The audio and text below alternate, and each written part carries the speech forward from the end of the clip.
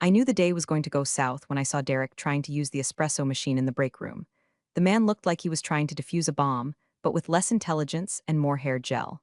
I'm Alina, by the way, lead cryptographer for a defense firm that I can't name without burying this post under 14 layers of redaction tape. I build the digital vaults that keep the uncomfortable truths of national security from leaking onto your Twitter feed. I don't deal in maybes, I deal in 256-bit keys and silence. I was leaning against the counter, watching Derek struggle with a pod that was clearly labeled decaf while he muttered about optimizing caffeine throughput. This is the guy corporate sent down to streamline operations. In my line of work, streamline usually means fire the people who know how the engine works and replace them with yes men who think Python is just a snake. He finally got his brown sludge, turned to me, and gave that tight-lipped, dead-eyed nod that middle managers practice in the mirror. Alina, he said. It sounded less like a greeting and more like he was acknowledging a smudge on his loafers. Derek, I replied, keeping my voice flat. I have a clearance level that would make his head spin off his neck. But to him, I'm just the legacy hire who doesn't laugh at his agile methodology jokes. Before I get into how this sentient LinkedIn profile tried to ruin my life, do me a favor, hit subscribe and upvote this mess.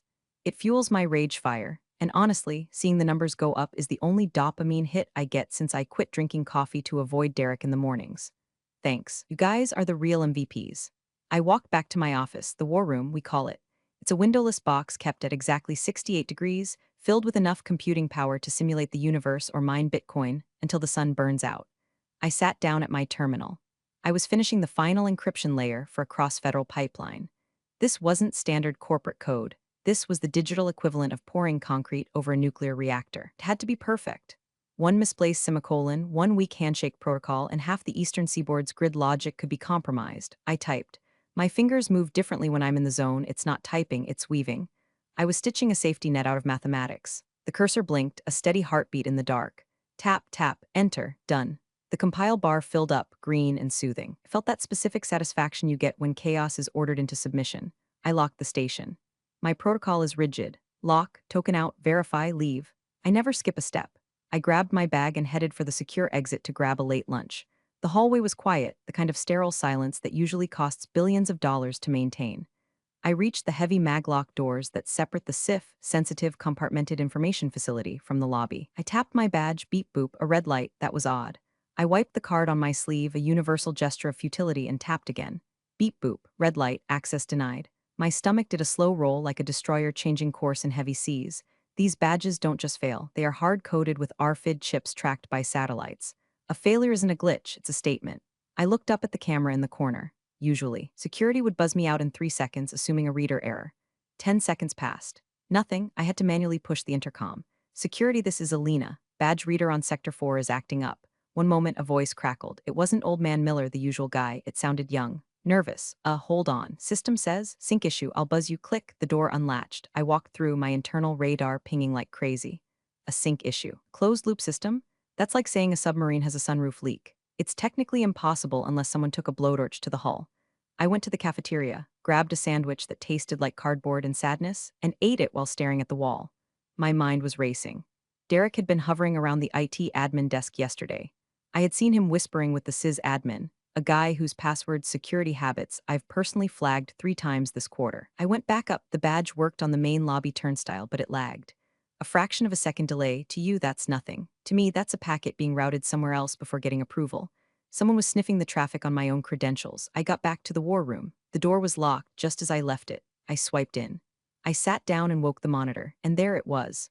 A terminal window I hadn't opened. It was minimized in the corner, barely visible against my dark background wallpaper. I didn't touch the mouse. I didn't gasp. I froze, becoming part of the furniture. Someone had accessed the terminal in the 20 minutes I was eating my sad sandwich. They hadn't changed anything obvious. The code was still compiling. But the access logs? I pulled them up using a keyboard shortcut that bypasses the GUI, a little trick I wrote for myself years ago. User, Alina admin time, 12:14 p.m. command. Export all/dev/null. They hadn't just looked. They had tried to copy the root directory. But they were sloppy. The syntax was wrong. They tried to pipe it to a null device, probably thinking that meant hidden folder, when in reality they just sent the data into a digital black hole. It was amateur hour. It was offensive. It was definitely Derek, or someone Derek hired who learned hacking from watching Mr. Robot clips on YouTube at half speed. I carefully closed the window. I didn't delete the history. I didn't alert security. If they were coming for me, they were already inside the house. I needed insurance. I reached into my pocket and pulled out my lip balm, except it wasn't lip balm. It was a masked USB drive, specifically designed to look like a generic tube of chapstick. I plugged it into the back of the tower, into the maintenance port that isn't monitored by the standard DLP, data loss prevention software, because I'm the one who wrote the DLP software exceptions. I initiated a silent mirror of the server logs. Every keystroke, every failed login, every unauthorized access attempt from the last 24 hours. You want to play games, Derek? I whispered to the humming server rack. Let's play. The download finished. I pocketed the chapstick. I smoothed my blazer, fixed my posture, and went back to work as if nothing happened. But the air in the room had changed. It didn't smell like ozone and recycled air anymore. It smelled like a trap. The summons came at 9 a.m. sharp the next morning. An Outlook calendar invite titled Status Update with High Importance. No agenda attached. Just me, Derek, and the HR director. A woman named Janice who always smelled like lavender and anxiety. I walked into the HR conference room. You know the type. Glass walls that aren't quite soundproof enough, a table made of fake mahogany that wobbles if you breathe on it, and a motivational poster on the wall that says teamwork featuring a row of ants carrying a leaf. I always wondered if the ants knew they were just labor for a queen who didn't care if they got stepped on. Derek was already sitting there. He wasn't wearing a tie, just one of those quarter-zip fleeces that scream I vacation in Martha's Vineyard, but I want to look approachable. He had a folder in front of him. He tapped it with his index finger. Tap, tap, tap. Janice wouldn't meet my eyes. She was aggressively organizing a stack of papers that didn't need organizing.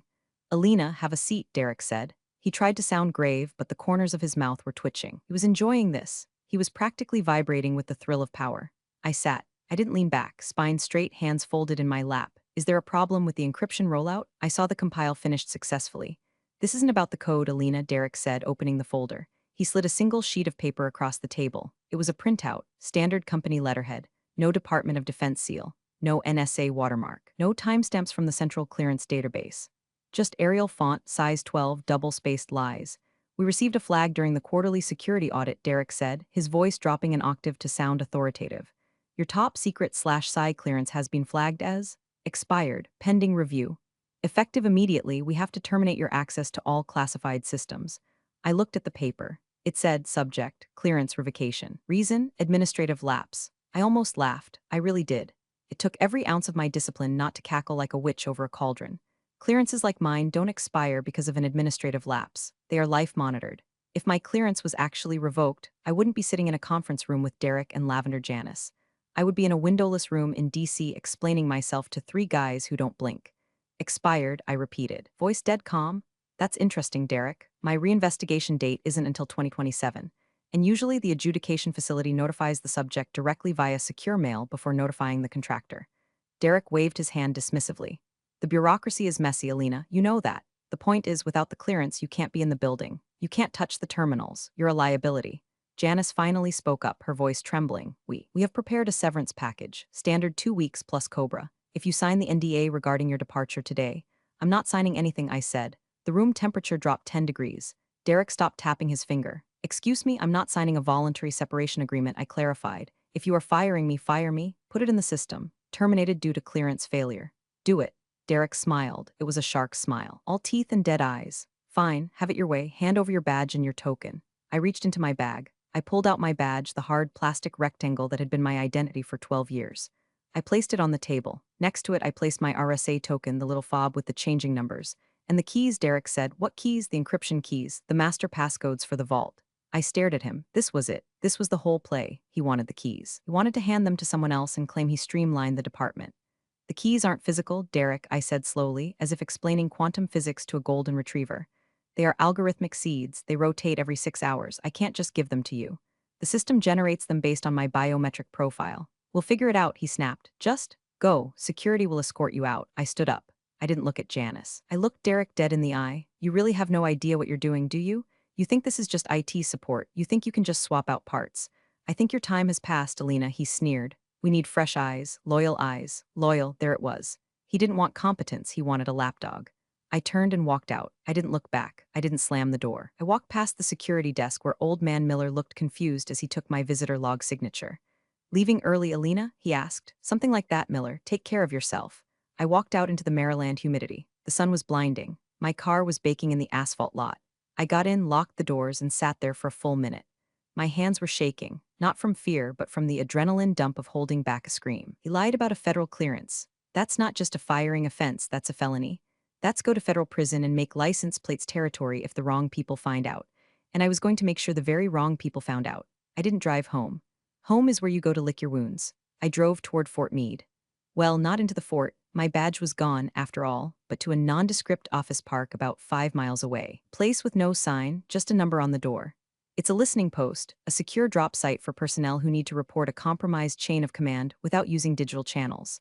I parked my sedan between a black Tahoe and a gray F-150. I took a deep breath, grabbed my chapstick drive, and walked toward the building. Derek thought he had locked me out. He didn't realize that by cutting my cord, he just turned me into a loose live wire, and he was standing in a puddle. It took less than 24 hours for Derek to unveil his master plan. I wasn't in the office, obviously. I was sitting in my home office, a room that is significantly more secure than most bank vaults, watching the train wreck unfold on a dedicated monitor.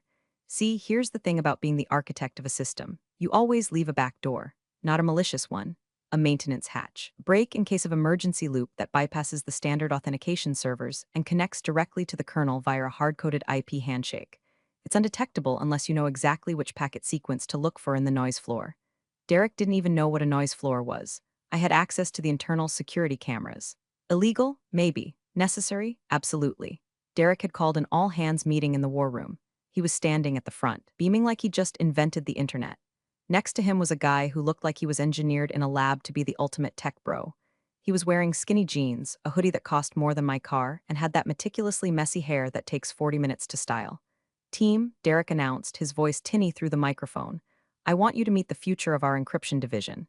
This is Ethan. He's joining us from Silicon Valley. Silicon Valley is code for fired from a startup for losing user data. Ethan threw up a peace sign. Sup, guys, ready to crush some code. We're gonna modernize this stack. No more legacy bloatware, right? Legacy bloatware. He was talking about the polymorphic encryption engine I spent 4 years perfecting, the one that adapts to quantum decryption attempts in real time. He called it bloatware. I watched as my team, sat there in stunned silence. Sarah, a senior analyst, raised her hand. Ethan, welcome. Does this mean you're taking over the key management protocols? Because the rotation is set for 1800 hours. Ethan laughed. It was a hollow, nervous sound. Key rotation? Yeah, we'll automate that. I've got a script I wrote in Node.js that handles dynamic rekeying. It's super lightweight. I groaned aloud in my empty house. Node.js, for a military-grade localized vault. That's like trying to secure a bank vault with a piece of Scotch tape. Later that afternoon, the camera feed showed Ethan sitting at my desk. My desk. He had put his feet up on the console. He was typing on a mechanical keyboard he must have brought from home, clicky, loud, obnoxious switches. I switched my view to the terminal mirror. I could see what he was typing. Command, sudo apt-get update error, repository not found. Command, git clone public repository URL error, firewall blocking external connection. He was trying to pull code from the public internet into a closed CIF environment. He was literally trying to copy-paste code from GitHub to run a classified defense system. You absolute turnip, I whispered. Derek walked in a few minutes later, holding 2 coffees. How's it going, Rockstar? You getting into the guts of it? Yeah, man, Ethan said, spinning around in my chair. The previous admin, Alina, right? She had this locked down way too tight. Permissions are a nightmare. I'm having to root the box just to install some basic tools. Do what you gotta do, Derek said, sipping his latte. Just get it ready for the demo on Friday. I told the board we'd have the new interface live. No worries. I'm flushing the old checksums now. My blood ran cold. The checksums aren't just for error checking. In this system, they are the heartbeat. They verify the integrity of the data stored in the vault. If you flush them without the proper rehashing sequence, which only exists in my head and on a secure offline drive, the system interprets the data as corrupted. If he ran that command, he wouldn't just break the system. He would trigger the dead man's switch. The system is designed to assume that if the checksums vanish suddenly, the facility has been overrun by hostiles. It locks down. It encrypts the data into a monolithic block of noise that is mathematically impossible to reverse without the prime key. And guess who has the prime key? I watched Ethan type, rmrf/var/log/checksums. He hesitated. His finger hovered over the enter key. Do it, Derek urged. Clean slate. Ethan hit enter. On my screen, nothing happened. On their screen, the prompt just returned to a blinking cursor. Done, Ethan said. Easy. They had no idea. They didn't hear the silent alarm that just went out to the NSA, the DoD, and 3 other agencies that don't have acronyms. They didn't see the background processes quietly locking every single file, turning terabytes of intelligence into digital concrete. They thought they were cleaning house. In reality, they had just welded the doors shut from the inside. I sat back in my chair and took a sip of my tea. It was Earl Grey hot. Okay, Ethan, I said to the screen. You wanted the wheel? You got it. Try not to crash into the Pentagon. The trap was sprung. Now, I just had to wait for the hunters to arrive. The thing about a silent alarm is that it's really, truly silent. There are no flashing red lights, no sirens, no robotic voice counting down to self-destruct. That's Hollywood bullshit. In the real world, a silent alarm is a single packet of data, 64 bytes long, sent via a subfrequency that bypasses the company's ISP entirely. It hit the Pentagon's servers at 2:14 p.m. At 2:15 p.m., my encrypted phone buzzed. It wasn't a text, it was a push notification from an app that looks like a weather tracker but isn't. Storm warning, severe, location, Sector 7. Sector 7 is the code for my old office. I opened the app and authorized with my thumbprint. A chat window appeared. User ID was just a string of random numbers. Handler, we see integrity collapse on Vault Node 4. Did you authorize a flush? I typed back instantly. Alina, negative. I was terminated yesterday. Badge revoked. Access denied by site manager Derek V. 3 dots appeared. They pulsed for a long time. I could imagine the chaos happening in a windowless room in Arlington. Analysts pulling up logs, realizing the lead cryptographer was gone, realizing some kid named Ethan was currently rewriting the security protocols with crayons. Handler, terminated? We have no record of a clearance withdrawal. You are still the registered Prime admin. Alina, Derek claims my clearance expired. He physically removed me. The current activity is unauthorized. Handler, understood. Hold position. Do not attempt to log in remotely. Do not contact the site. We are initiating a trace. Do not engage. Hardest order to follow. I was watching Ethan on my other monitor. He was currently frowning at his screen. Hey Derek, Ethan called out. Weird thing. The file system is acting kinda slow. I tried to open the user database and it's giving me gibberish. Derek poked his head in. It's probably just indexing. Give it a minute. No, like. Look, Ethan pointed. The file names. They're all changing to random characters. Is that normal? It was the encryption cascade. The system was eating itself to protect the data. It was beautiful. Back on my phone, a new message popped up. Handler, trace confirms unauthorized IP access. User Ethan admin utilizing unsecured script injection. This is a Category 1 breach. We are freezing federal contracts effective immediately. I felt a grim satisfaction. A Category 1 breach isn't a slap on the wrist. It's the call the lawyers and the priests level of screwed. It means the company has failed to protect national secrets. It means their authorization to handle classified data is suspended until a full forensic audit is completed. And audits take months. I watched as Derek's phone started to ring. He ignored it. It rang again. He looked annoyed. Who keeps calling me? He muttered, checking the screen. Washington area code, probably telemarketers. He declined the call. He declined a call from the Department of Defense. I laughed so hard I nearly choked on my tea. Ethan, Derek said, just force a reboot. That usually clears the cache on it. Ethan reached for the power button on the main server rack. My heart stopped. A hard reboot during an active encryption cascade that guarantees data corruption. He wasn't just locking the door, he was setting the house on fire. No, you idiot, I hissed at the screen. Ethan pressed the button. The screens in the war room went black. There, Ethan said. Let it rest for a sec. It'll come back up fresh. On my phone, handler, signal lost. Node 4 is offline. Did they just hard kill the server? Alina, affirmative. Manager instructed a hard reboot during lockdown protocol. Handler, Jesus Christ. Okay. Asset preservation team is mobilizing. Stay by your phone. Asset preservation team. That's polite speak for men with guns and subpoenas. I leaned back. The damage was done. Data was likely corrupted beyond repair. Unless, of course, someone had a backup. A localized, offline mirror of the entire vault structure. Someone who was paranoid enough to keep a copy on a secured drive disguised as chapstick. Derek had just destroyed millions of dollars of work and compromised national security because he wanted to hire his buddy. And he had no idea that the only lifeboat in the ocean of excrement he just created was sitting in my pocket. I checked the time, 3:30 p.m. The traffic from DC to Maryland is brutal this time of day. The asset preservation team wouldn't arrive until tomorrow morning. That gave Derek and Ethan one final night to stew in their own failure. One night to realize that the system wasn't coming back up. One night to realize that expired clearance was a lie that was about to strangle them. I decided to order a pizza. Extra pepperoni. I deserved a treat. You have to admire the sheer, unadulterated hubris of a middle manager. Even as the server rack sat dark and silent, cooling down from its digital suicide, Derek decided it was time to celebrate. Around 4:30 p.m., the office admins rolled a cart into the main open-plan area outside the war room. Plastic flutes, a bucket of ice, and 3 bottles of mid-range sparkling wine. New era, fresh talent, a printed banner read, was taped crookedly to the whiteboard. I watched through the breakroom security camera. The staff looked uneasy. They knew I was gone. They knew the badge readers were acting up.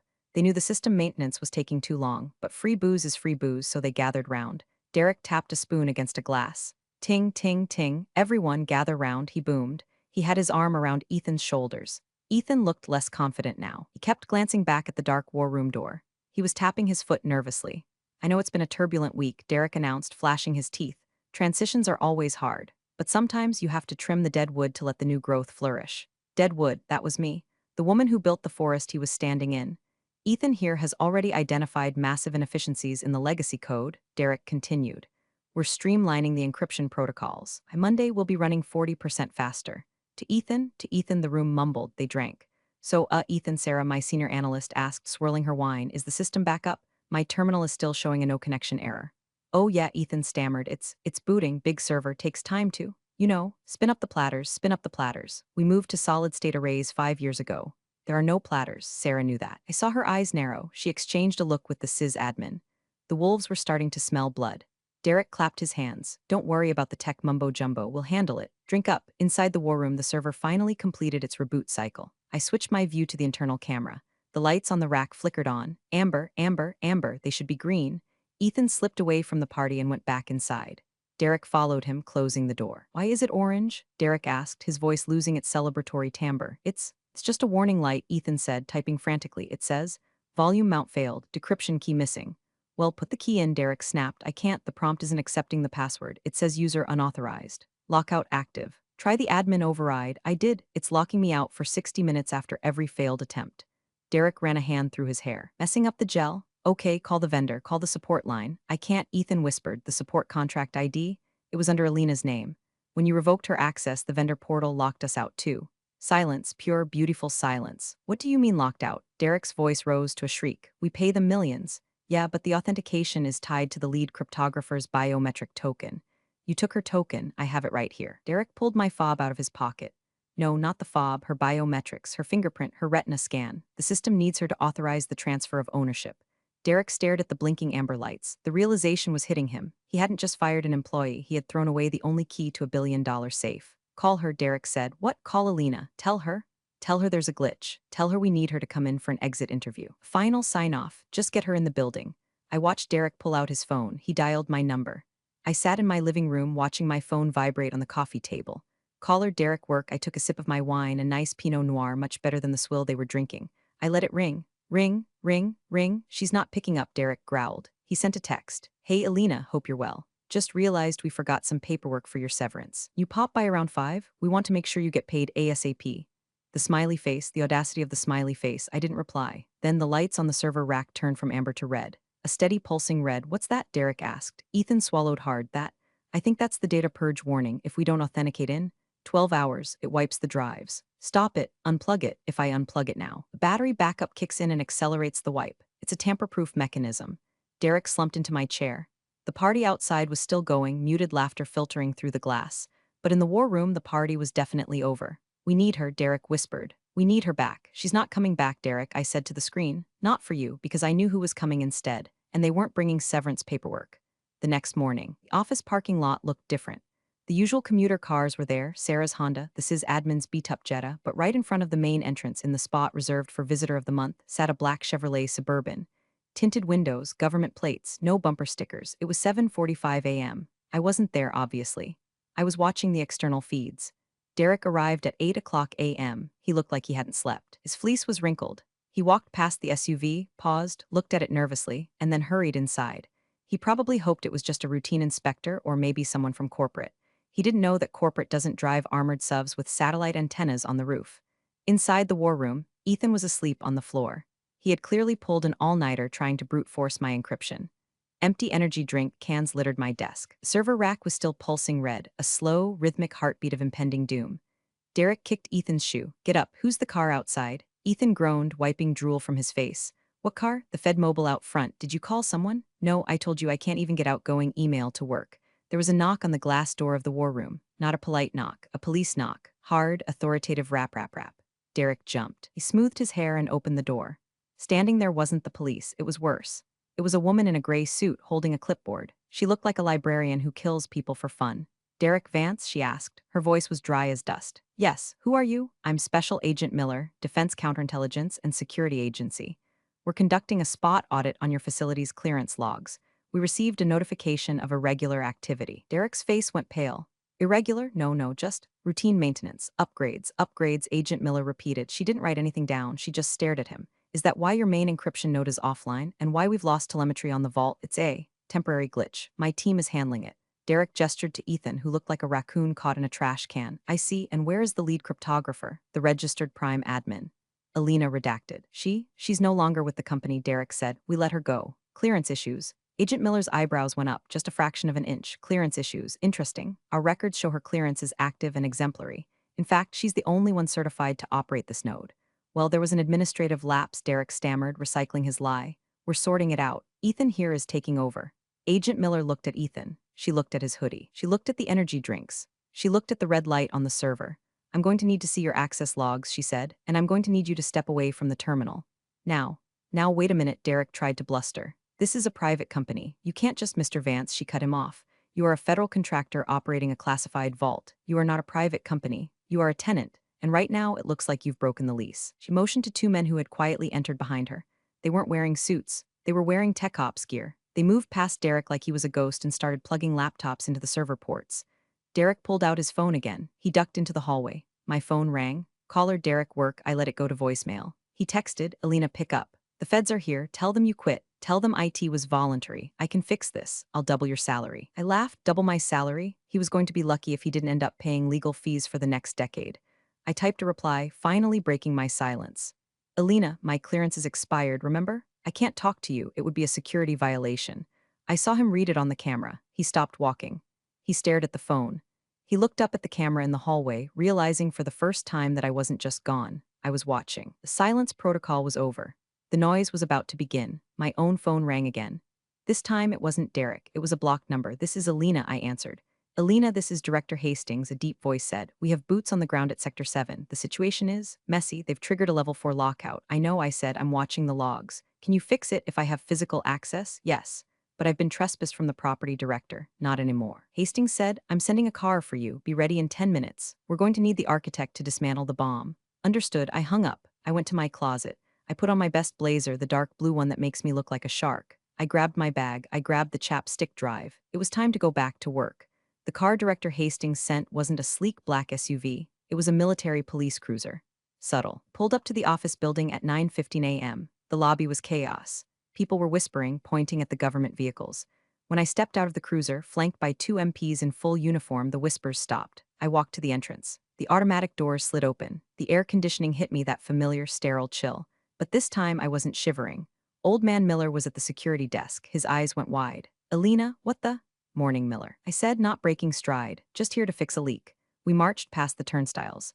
The MPs didn't swipe badges, they just walked through. The authority they carried was a physical weight in the room. We reached the elevator. I pressed the button for the 4th floor. The ride up was silent. The MPs were stone-faced. I checked my reflection in the polished metal doors. I looked calm.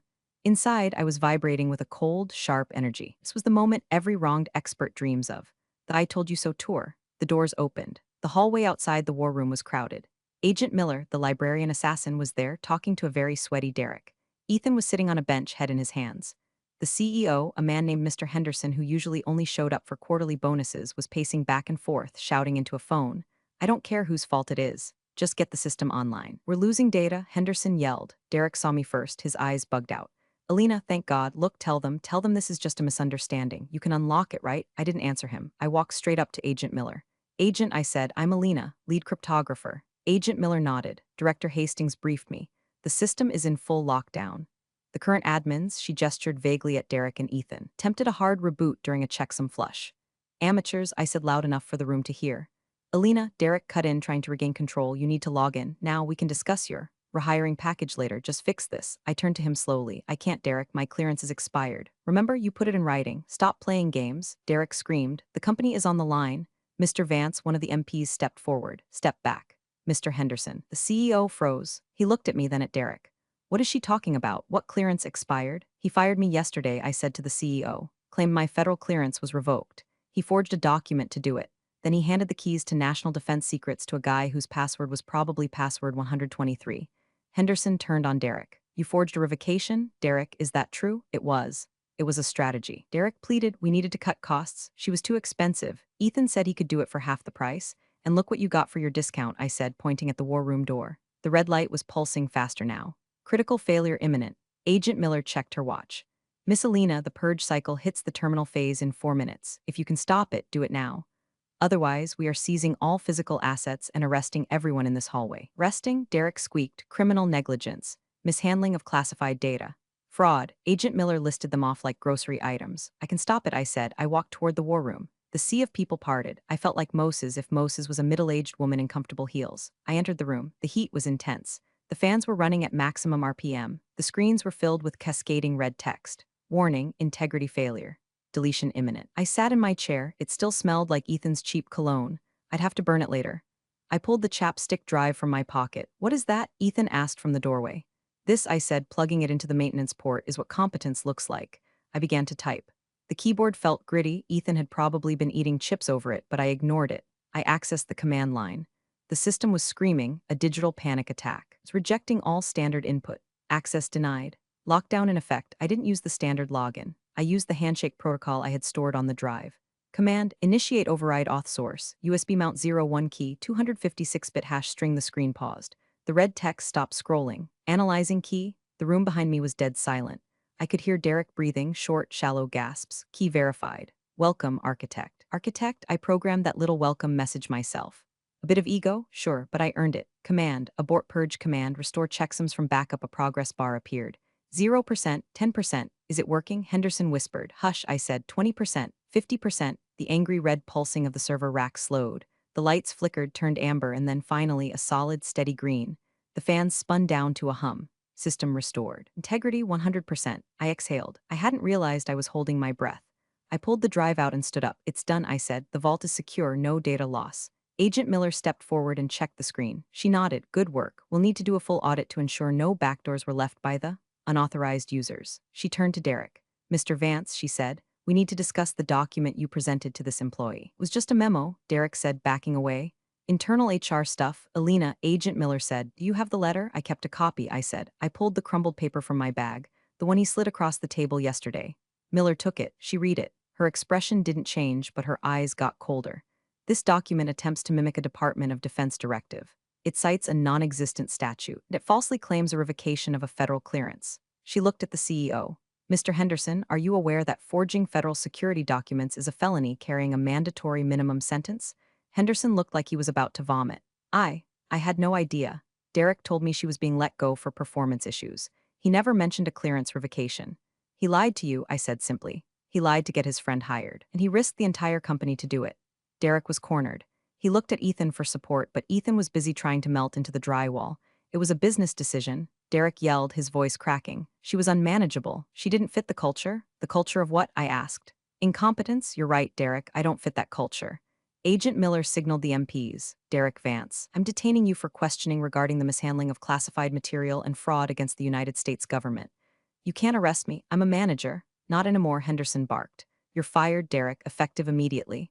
And you, he pointed at Ethan. Get out. Don't touch a computer, don't touch a phone. Just get out. The MPs moved in. They didn't cuff Derek, but they flanked him, grabbing his arms. They marched him toward the elevators. He was still shouting about agile workflows and cost savings as the doors closed. The lobby was silent again. Henderson wiped his forehead with a handkerchief. He looked at me. Alina, we need you. Please name your price. We can't run this without you. I looked at the server rack, my baby. It was humming happily again. I'm not coming back to work for you, Mr. Henderson, I said. Double salary, triple stock options. It's not about the money, I said. Let a man like that tear apart my work. You didn't check. You didn't ask. You just signed the paper. Then what will you do? Agent Miller stepped in.